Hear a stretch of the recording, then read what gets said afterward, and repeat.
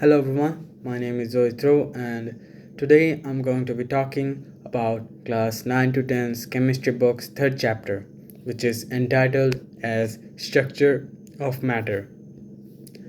So, everything around us is made up of matter, and we all know that. Matter is something that has mass basically. So matter may appear continuous to our eyes, but in reality, it is composed of extremely tiny particles. Scientists, through experiments and observations, gradually discovered that the internal structure of matter and developed different atomic models to explain it.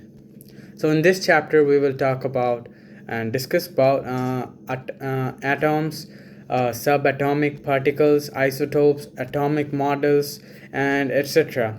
These concepts basically form the foundation of modern chemistry. So yeah. So at first, what is an atom?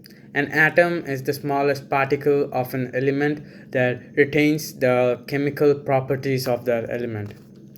For a long time, scientists believed that atoms could not be divided further. Later, experiments proved that atoms themselves are made up of even smaller particles known as subatomic particles. The three main subatomic particles are proton, neutron, and electrons. So, subatomic particles. We will talk about the three main ones. So, yeah.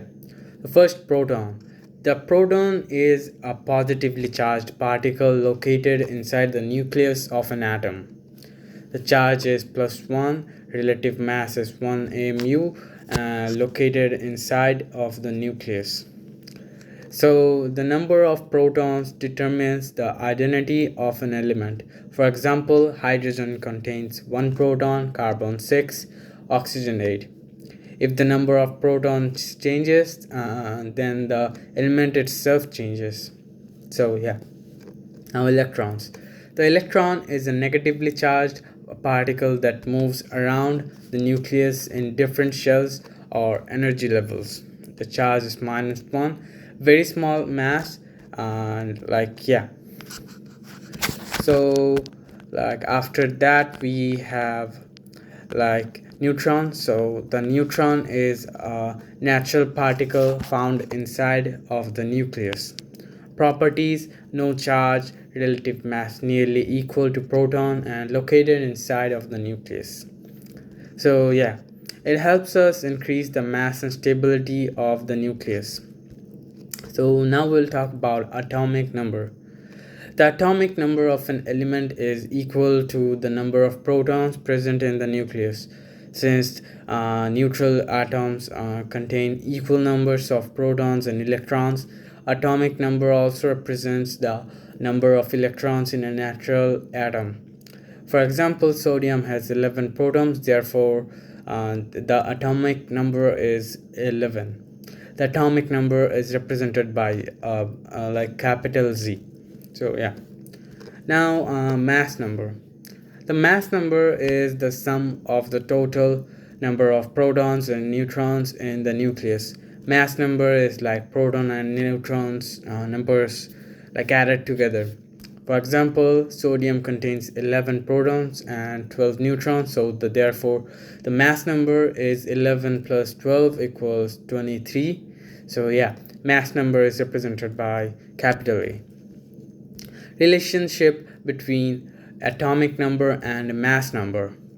If atomic number is Z and mass number is A, then the number of neutrons is Z, A minus Z. So yeah, the relationship is very important for solving numerical problems. So yeah, now we will talk about isotopes. So what is an isotope? Atoms of the same element have the atomic number, but different mass numbers are called isotopes. This happens because the number of neutron differs. For example, carbon 12, carbon 14 both contain 6 protons and 6 electrons, but the neutron numbers are different. So that's why these are called isotopes.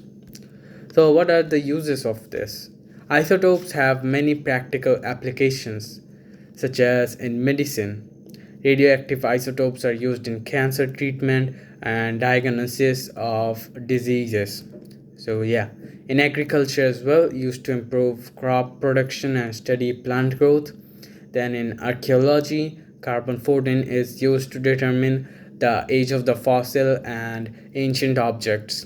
In industry as well, used to detect leaks in pipelines or machinery. So, yeah, and we have isoelectronic particles. Atoms or ions containing equal numbers of electrons are called isoelectronic particles. For example, Na plus and EF minus. All of them contain 10 neutrons. Because of their equal electron numbers, they often show similar electronic arrangements. Now, atomic models. Scientists proposed several atomic models to explain the structure of atoms. One of them is Thomson's atomic model. J.J. Thomson proposed the first modern atomic model. According to him, the atom is a positively charged sphere, like electrons are embedded inside it. The model is often called the plum pudding model. However, this model could not explain the experimental observations properly. Then we have Rutherford's atomic model. His performed the famous Goldfall experiment. From this example, he concluded most of the atom is empty space. Positive charge is concentrated in a tiny nucleus. Electrons revolve around the nucleus. So, although Rutherford's model was revolutionary, it had its limitations. And then we got to Bohr's atomic model. Niels Bohr improved Rutherford's theory. According to him, electrons move around the nucleus in fixed energy shells or levels. Electrons do not lose energy while remaining in these shells. Energy is absorbed or emitted when electrons move from one shell to another. These shells are named KLMN. So the maximum number of electrons in a shell can be determined using a formula which is 2n square, where n represents the shell number. For example, K shell equals 2 electrons, L shell equals 8 electrons, M shell equals 18 electrons. So basically his model explained atomic stability and a hydrogen spectrum. Then we have electron configuration. The arrangement of electrons in different shells is called electron configuration. There are some rules of electron configurations as well. So yeah, some examples of it can be oxygen, its atomic number is 8, electron configuration can be 2 and 6.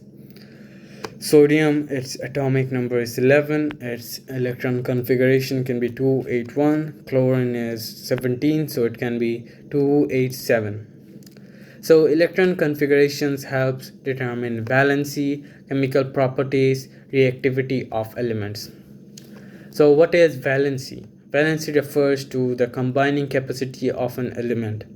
Atoms try to achieve stability by completing their outmost shell, and yeah, valency plays a major role in chemical bonding and stuff like that.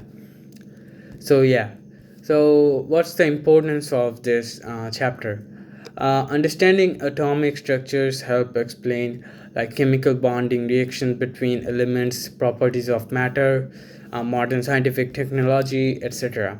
It also forms the basis for higher technology and higher studies in chemistry, physics, biology, and medicine.